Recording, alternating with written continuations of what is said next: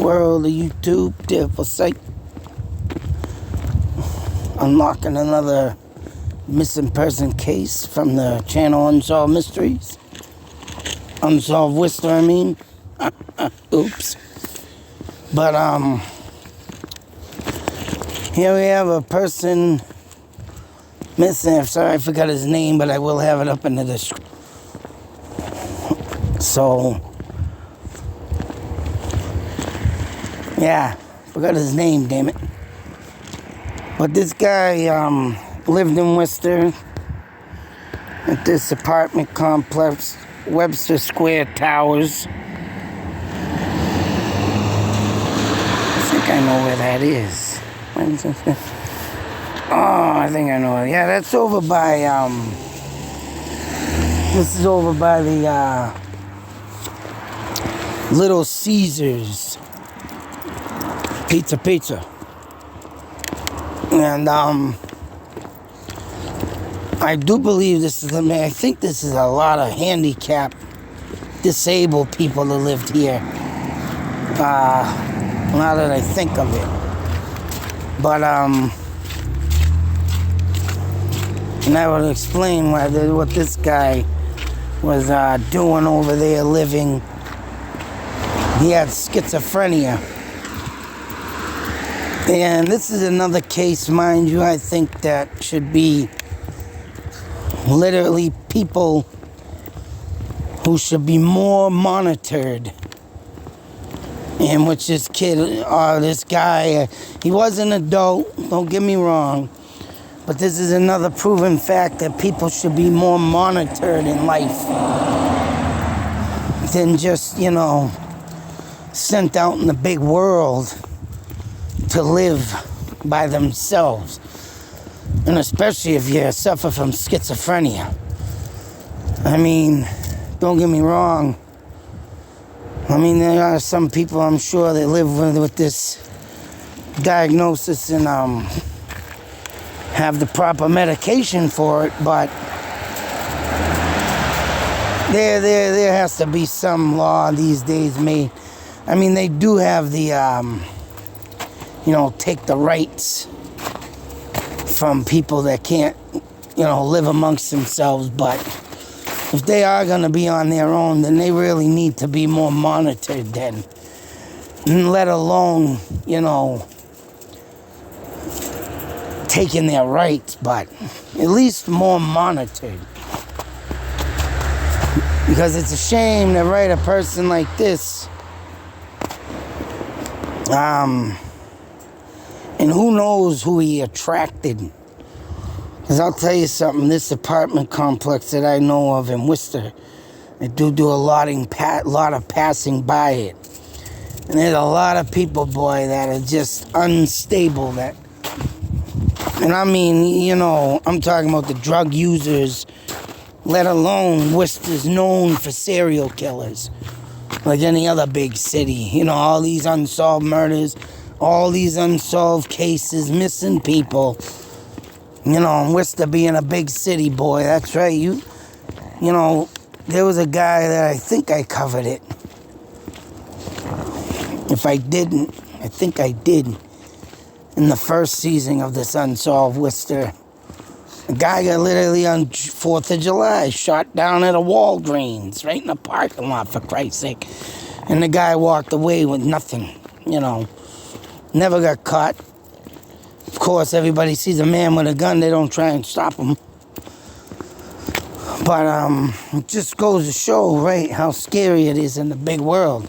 And when you're like this man here, suffering from schizophrenia, and you're on your own in the big world, and get this, the last person who saw this guy was his own mother, who I believe they said she lived in West Boylston, so whatever she was doing in Worcester, shopping, I don't know. And she's seen him at the intersection here. And this is May Street and Park Street. Or Park Ave. Or Parker Ave, but this is, of course, you got the Husky Bar down there, which, you know, that probably exists from the time I mean, I don't think it was the Husky Bar at the time, and this was like in 1995 or something. Well, mid-90s. Oh no, 1992 he went missing. In the 90s, right. You know, there was a lot of killing and killers or killer around that time. You know, all these missing women. So it's not unusual that someone could have just said, hey, let's kill this guy. Let alone if they lived in the same apartment complex. Because as you can see here, how big this is. That's a lot of units. It's like a friggin' motel in New York. But, so I don't know which way or what his mother was doing that day. But she seen him in this intersection. And she obviously thought he was waiting for a bus.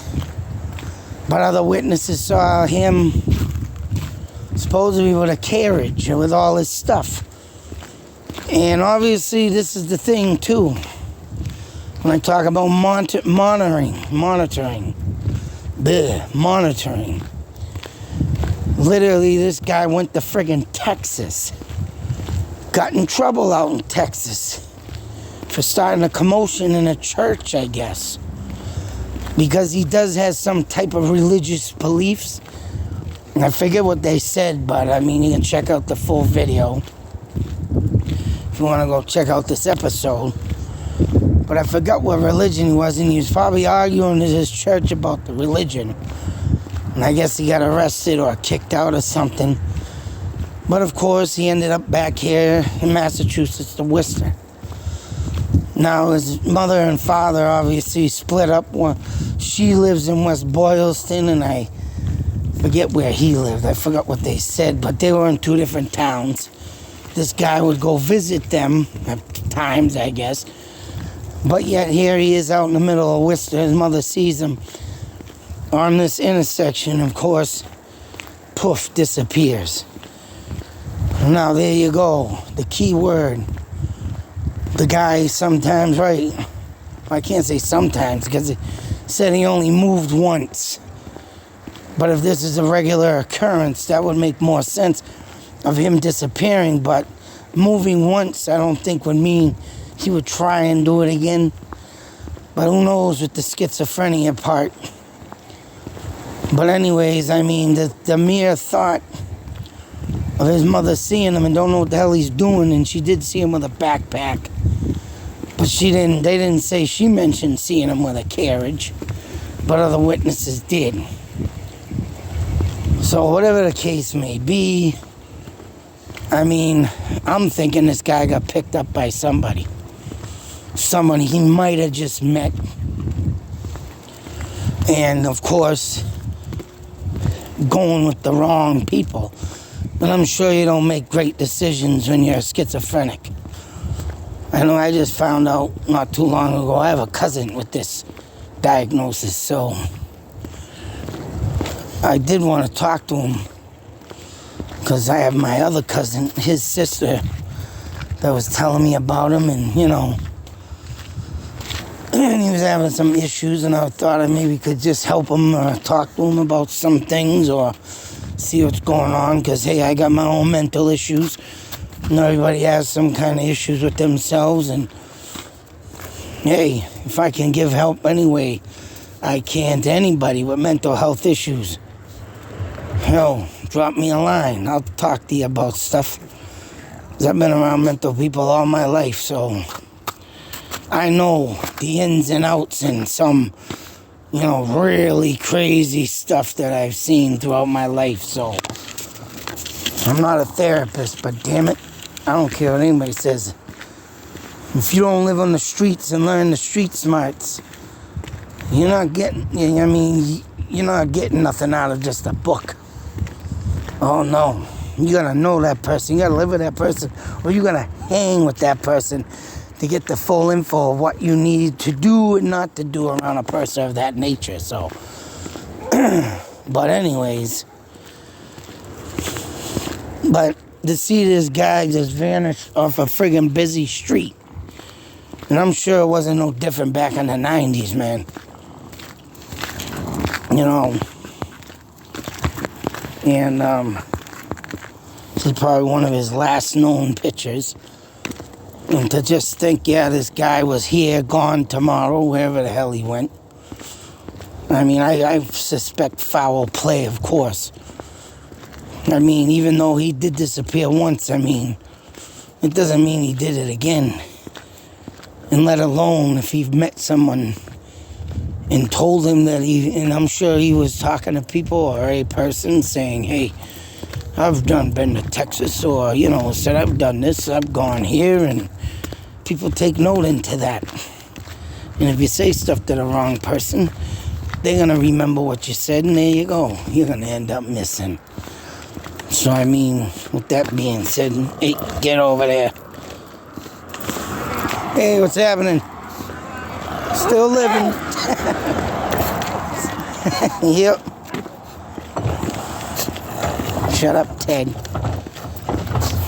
Neighbor.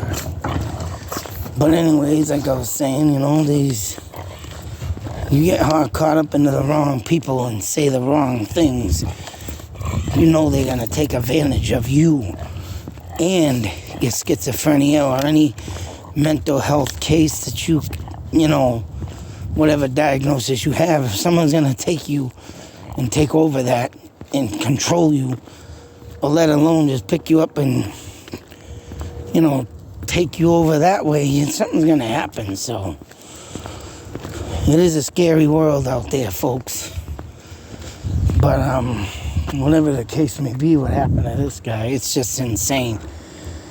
I mean, here he is standing on the street corner. She's his mother. You know, that's got to be the worst sight a mother could see. You know, but then again, of course, she passed away in 2011. His father passed away 2017, so they have no closure of their son. His whereabouts, right, still unknown, and I'm sure if he was in another state, I'm sure he would emerge somewhere, somehow, from somewhere, but that ain't the case. His body's probably spread out in Worcester or something. Who knows, maybe in another city. But hopefully something comes out of this and he'll be found either or alive, or hopefully remains of a body. But sucks to say, people, when stuff like this happens, you got to beware out there, and that's all you can do. So be safe, take care, and always beware. I said, people got to start putting eyes in the back of your heads and get them fists flying and ready. Because if you don't know, then you're going to meet your demise from some sick individual that just wants to pick you up, snatch you up, and I own you. So, unbelievable. Just unbelievable. But until the next video, people, out.